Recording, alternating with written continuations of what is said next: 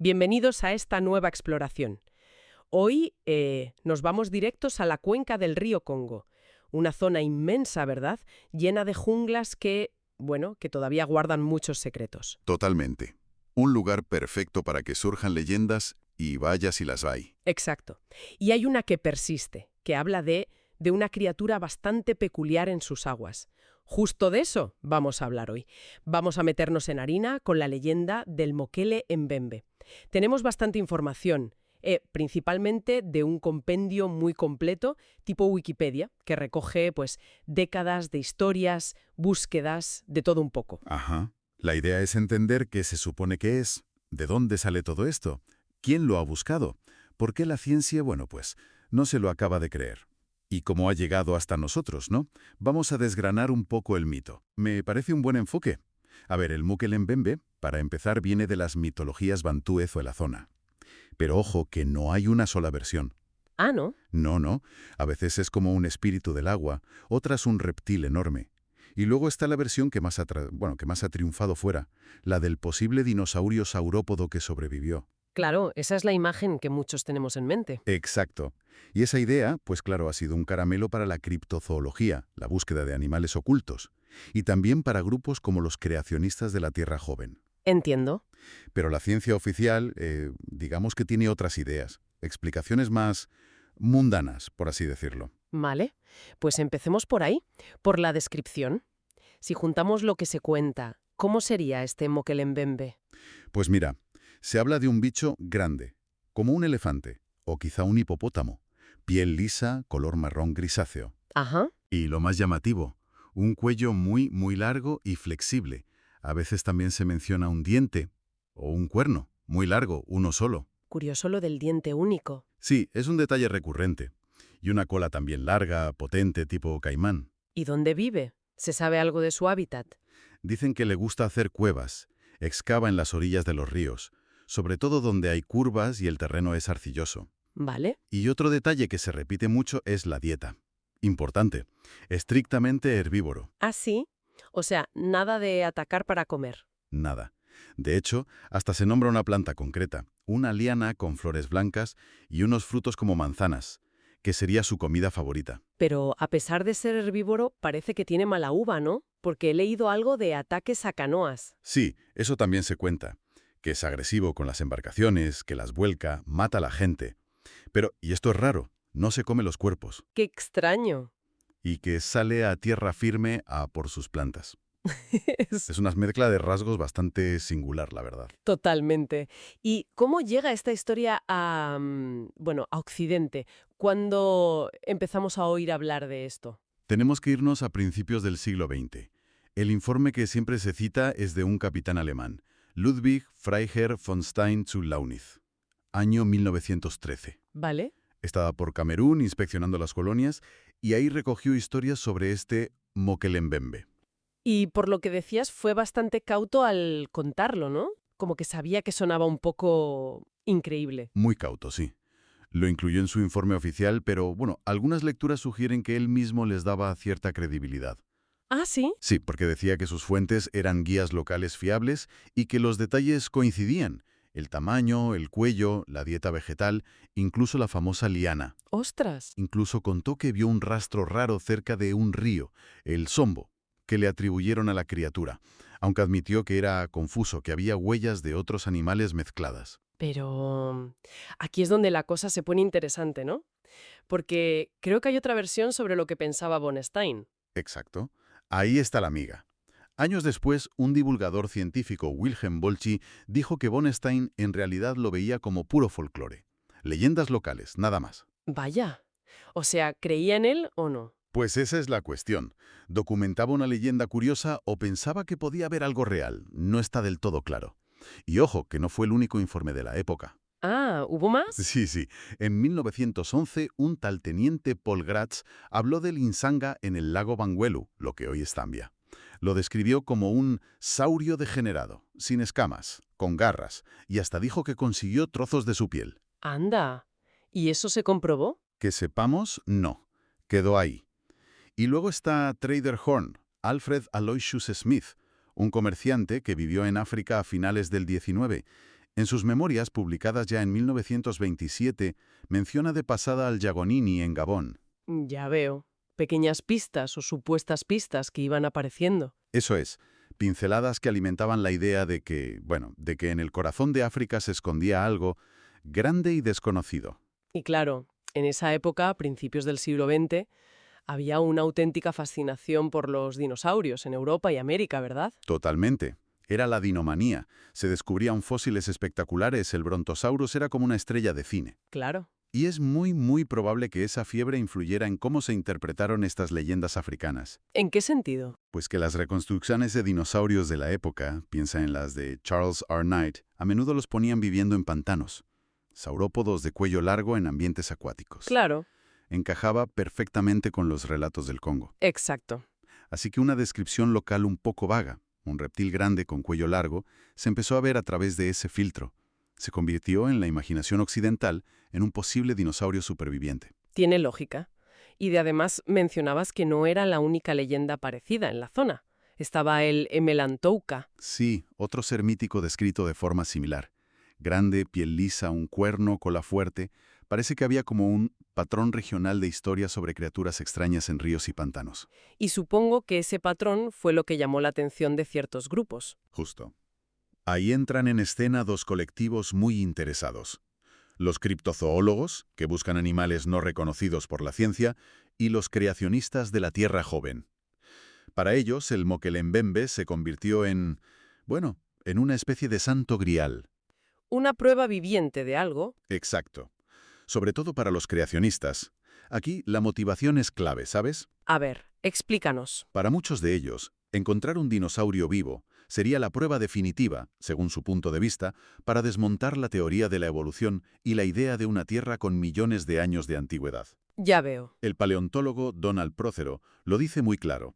Afirma que la búsqueda del Mokelembembe es, para muchos, parte del esfuerzo creacionista por derrocar la teoría de la evolución. Fuerte afirmación. Sí, y añade algo más. Las únicas personas que buscan al Mokelembembe son ministros creacionistas, no biólogos de vida silvestre.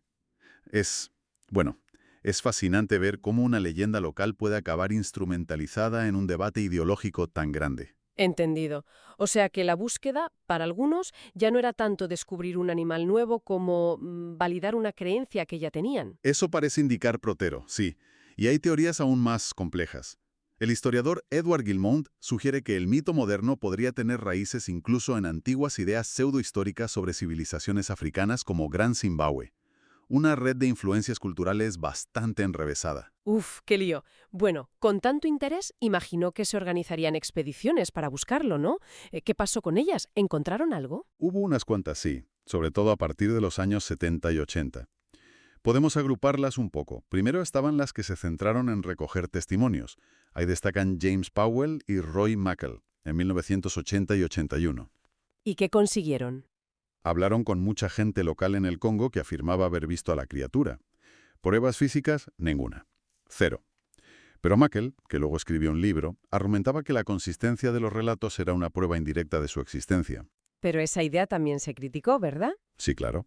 Los escépticos apuntaron varias cosas. Que Mackal era virólogo, no zoólogo de campo. Que quizá aceptó los testimonios sin mucho filtro, sin pensar si la gente quería agradar o buscar notoriedad. O dinero, quizá. También. Y que tendía a ignorar a quienes decían que el Mokelembembe no existía o era solo una leyenda. Luego hubo otras expediciones con afirmaciones más llamativas. ¿Te refieres a la famosa filmación? Exacto. Marcelina Agnaña, un biólogo congoleño, dijo que en 1983 había grabado al Mokelembembe. Unos segundos. ¡Anda! ¿Y qué pasó con esa película? Pues la historia es bastante sospechosa. Que si la película se veló, que si la cámara falló justo en ese momento, los detalles han cambiado con el tiempo y, lo más importante, no hubo testigos que corroboraran el avistamiento. Para muchos, huele mal. Ya, pruebas que se anuncian pero nunca aparecen. Algo así, parecido a lo de Rory Nugent en 1993. Publicó una foto muy borrosa en su libro, pero vamos, casi todo el mundo coincide en que probablemente era un tronco flotando. Entiendo. Y luego estaban las expediciones con una motivación más específica que mencionabas antes. Sí, las de William Billy Gibbons, un creacionista confeso en los 80 y 90. Aquí la agenda ideológica era clara, lo que desde la ciencia pues resta objetividad a la búsqueda. Encaja con lo que decía Prócero sobre quiénes estaban realmente detrás de muchas de estas búsquedas. Vale. ¿Y más recientemente? ¿Se ha seguido buscando? ¿Quizá con otros métodos? Sí, ha habido intentos. Un documental de la BBC en 2001 tuvo un momento muy interesante. Enseñaron dibujos de animales a gente del pueblo Biaka y cuando les preguntaron por el Mokelembembe, identificaron un rinoceronte. Ostras, eso es significativo. Bastante. Luego, en 2016, un equipo sudafricano que estuvo por allí destacó lo difícil que era para la gente local, los pigmeos acá, separar si creían en un ser físico o en un espíritu. La línea era muy difusa. Claro, la cosmovisión es diferente. Exacto. Y en 2018, una expedición danesa, que llevaba incluso a un experto en ADN, exploró a fondo el lago Tele, un lugar clave en la leyenda. Resultado, nada de críptidos. Eso sí, descubrieron una especie nueva de alga verde. Algo es algo. Bueno, algo encontraron. El patrón, si te fijas, es muy claro. Décadas y décadas de búsqueda. Exploradores, criptozoólogos, creacionistas, equipos modernos con tecnología. Se recogen testimonios, se buscan huellas, se intenta grabar. Y nada. Y el resultado final es siempre el mismo. 0 pruebas físicas concluyentes. Ni una huella clara, ni heces, ni huesos, ni pelo, ni ADN, ni una foto o vídeo que aguante un análisis serio. Nada. ¿Y eso que hoy en día, con satélites y demás? Exacto. Con vigilancia aérea y satelital se detectan elefantes, búfalos, gorilas. Otros animales grandes sí aparecen, pero el Mokelembembe no. Esa ausencia total de evidencia física tangible es el argumento más potente del escepticismo científico. Entonces, si no hay pruebas físicas y los testimonios son, bueno, confusos o contradictorios, ¿cuál es la explicación más probable que da la ciencia? Mencionaste lo del rinoceronte. Esa es, hoy por hoy, la hipótesis más aceptada para explicar, digamos, el núcleo original de la leyenda. El rinoceronte negro. ¿El rinoceronte? Sí. Solía vivir en esa zona de África Central, incluida la cuenca del Congo, aunque ahora es rarísimo o ya no está allí. Y si lo piensas, muchos rasgos encajan. A ver.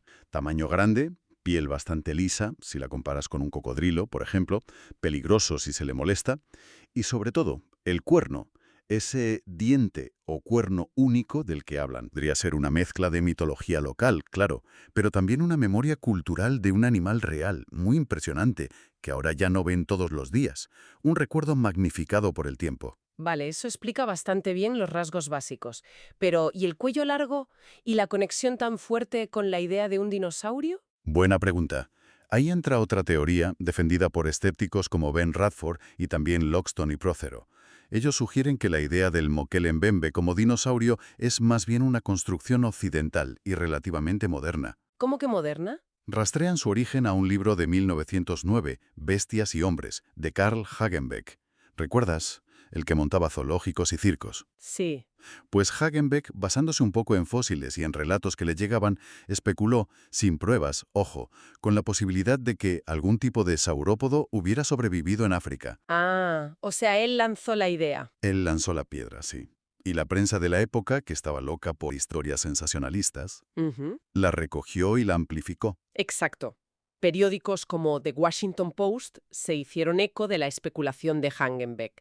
Según esta visión, la leyenda moderna del Mokelembembe, dinosaurio, no viene tanto de avistamientos reales en el Congo, sino que es, como dicen Loxton y Protero, una destilación de muchas historias creativamente variadas de regiones muy separadas. Entiendo, una mezcla. Una mezcla.